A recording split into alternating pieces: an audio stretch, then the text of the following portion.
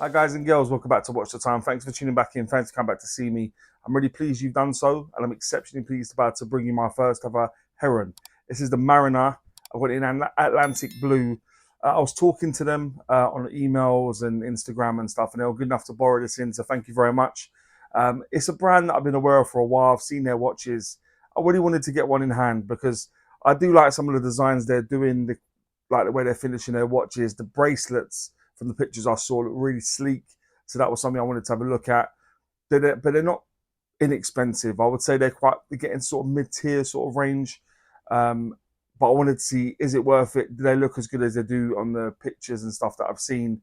So yeah, I'm really thankful to get this in. Hopefully, I can help you to make an informed decision in case you had the same sort of questions I had. Hopefully, we're about to get there together. But yeah, I've really enjoyed spending time with it. It's been nice. Someone's gonna else is probably gonna have the pleasure of reviewing it again in the future and stuff. So it's good to see. But yeah, I like spending time with it. Does it live up to my expectations? Does it surpass it? We'll find out together. I'll leave a link in the description. Please feel free to use it. But listen, get yourself a brew, get yourself a nice beverage because it is about that time to get the camera turned around and get on with it. All right, guys. So this is the watch, the Heron Marinor. I'm not 100% convinced this is the packaging you'll receive, but it's okay. Substantial box comes with another box inside. Looks like the sort of thing you could reuse again. You'll see just from here, I've taken 4 links out for it to fit my wrist. Came with a tool, so they helped me size it. Didn't come with a screwdriver, they are screw pins, but I did have a screwdriver kicking around. The perks of collecting watches and reviewing watches.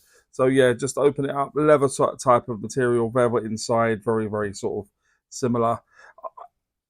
And to what you've seen before, but yeah, quite substantial, does the business. And I dare say you could keep using this.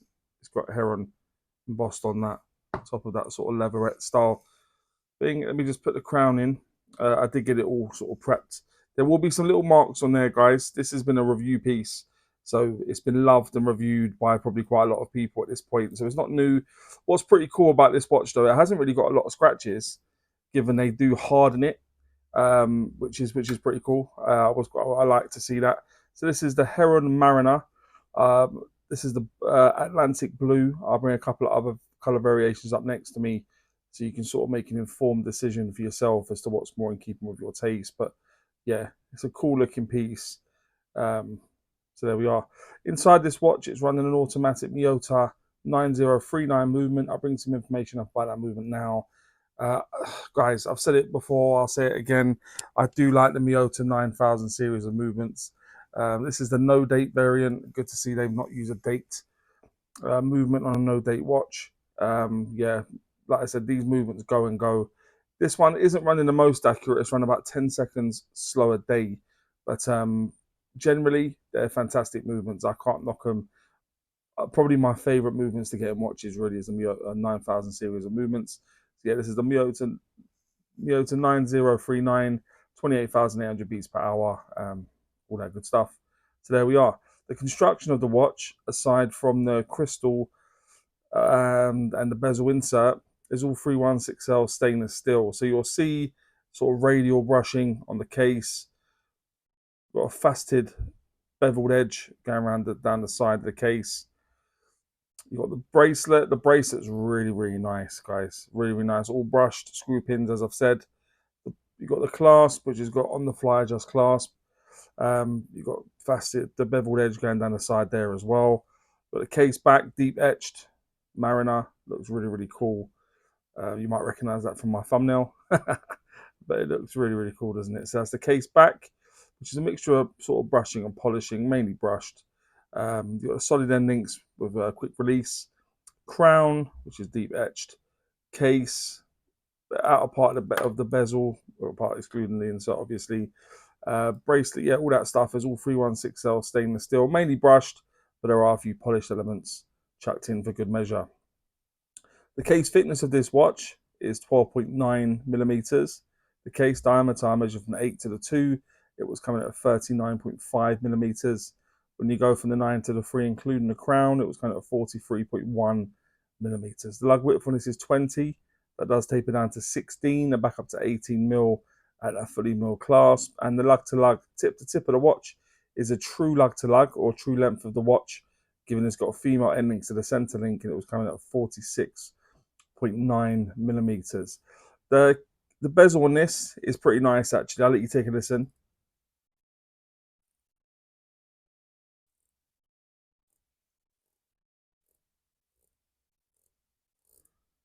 Still not too bad at grabbing hold of it when you're using my gloves and stuff. Obviously, it'd be a lot easier when you're not wearing gloves. No bounce, no back play, lines up nicely.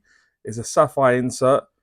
I did presume that it would have fantastic lume because of the fact they've gone with a sapphire insert, which tends to make it easier to apply the lume underneath the sapphire. But we'll see if that's the case later. Crown situated at the 3 o'clock screw down crown. I've just left it unscrewed now. And like I showed you a moment ago, you've got the deep etched case back also screwed down, and just with bits of information. You'll see 1200 HV. That's a stainless steel. Like I said, they have hardened it, which was nice to see, and some other bits of information that we're going to run through now anyway. The bracelet, like I said, has got 4 mils of taper. This bracelet is really nice. I like the way they've done it. I like the way it articulates. All brushed, screw pins, as I've said. Fully mill class with the Marinor logo on there, or Heron logo on there, should I say, excuse me. Got the on the fly adjust clasp. You've seen this sort of clasp many times. You pull it from there and you slide it across and then put it back in where you want it to go. But yeah, that's that. The crystal covering the dial is a sapphire crystal, and to be honest, guys, it's not been too bad, to be honest, in terms of seeing it in studio conditions. It's not great because it has got it is a bit domed, so it does play with the light a little bit more than I would like. But it has definitely got some AR coating on there. You can see the blue hues coming through as I move the watch around. The water resistance is cited as being 300 meters, so that would give you 30 atmospheres of water resistance, and the weight would appear in the top right. So with those 4 links out, it was coming at 140.7 grams. So yeah, probably the right sort of heft to the type of watch, especially given the bracelet links are not really hefty. So yeah, probably about right. But let's have a look at the dial now, guys, in a bit more detail. So it's got a very retro aesthetic, in my opinion. Even sort of Blancpain 50 fathoms and stuff like that in terms of the aesthetic, the bezel and stuff. But yeah, it looks really nice. So like I said, you got that sapphire bezel. The dial itself, so you've got a minute track going around the outer edge. It does distort because the crystal's domed, which I don't mind, to be honest. Inside that, you've got applied buttons everywhere. So you've got the logo at the top. Looks like a star. Looks really cool. You've got circular buttons everywhere except for the 3, 6, and 9, where you've got a rectangle button. The hands and indices are all high polished. I don't mind that. Again, it's a sort of tawny aesthetic of the dive watch. The hands look extremely similar as to an Omega. It's definitely the hour hand anyway, with the sort of arrow style. But yeah, like I said, high polished. The blue on this is really rich, really deep, and I do think it looks really nice. Like I said, with those blue hues of the AR coating coming through, along with the blue dial itself. Like I said, very deep, very rich, the blue that you get. You got Heron, so the logo and Heron printed below that, just below the indices at the 12. You got Marinor 300M printed on just above the 6, a little bit higher than I'm used to be honest. I would have expected that to be a couple of mils lower, but it is where it is. The proportions of the hands are done excellent in terms of where they reach out to, which is always nice to see. It's one of the things that I like to see on the watches. And now you're wondering, guys, what was the lume like? So I presumed the lume on this was going to be really good. And I'm going to be honest, I think it let me down a little bit, to be honest. The lume on the hand and indices is definitely better than the bezel.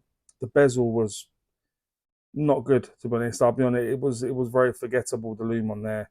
I thought where they've gone with a sapphire insert, it allows them to apply the lume on underneath. I thought it was going to be absolutely fantastic.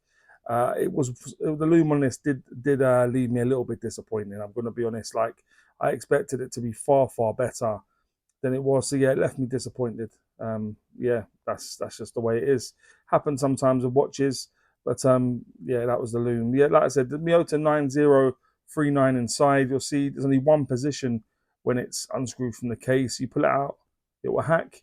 You turn the crown away from you when it's sort of in the neutral position, and it will charge.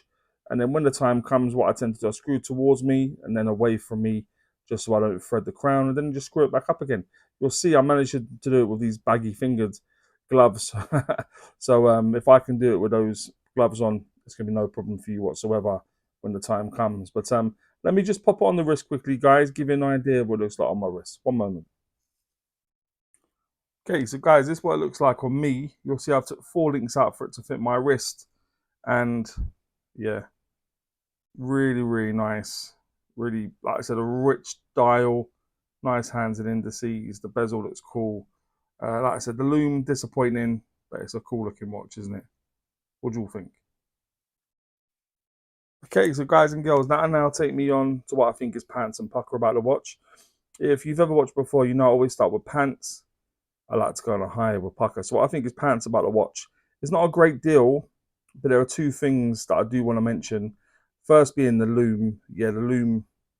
I don't know if this is going to be how it is on all of them. I can only presume it is because that's what I'm reviewing. The lume was really regrettable, to be honest. The handed indices was okay, bezel non-existent, and even the lume on the handed indices did fade quicker than I would like. So definitely the lume. And the price. I'll bring the price up in front of me. I think for the price, obviously it's got the high beat movement and stuff. The bracelet's nice, but it does seem a little bit steep, in my opinion, for this type of watch. Very competitive out there at the moment. I reviewed a Bell Hamel a little while ago. Comes in a bit cheaper than this. Um, is this better? I'm not so sure. But yeah, they're the 2 things I'm going to mention for pants. I'm going to go with the lume and the price of the watch. What I think is pucker.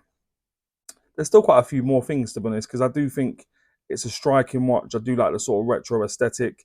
So the first thing I'm going to say is the hands and indices. I like the way they've been done. I like the indices at the 12. I like the way they're finished. I like the proportions of them done nicely. The bezel's nice. No bounce, no backplay. Lines up nicely. I don't mind the sapphire insert, to be honest. I think it offers something different. The movement, I love a Miyota 9000 series movement. I can't lie. I've said it many, many times, and I'll probably continue to say it until the end of time, to be honest. The case back, you'd have seen the case back a moment ago. Really, really cool. Nice deep etched. I am a bit of a sucker for a deep etched case back.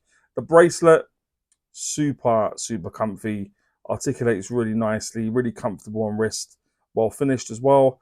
And the general look, I do like the way it looks. It's the reason I wanted to get one in for a review, to be honest. I do like the way they look. So yeah, they're the things I'm going to mention for pucker. Is I'm going to go with the hands and indices, bezel, movement, case back, bracelet, and the general look of the watch. And that'll take me on to, would I recommend this watch?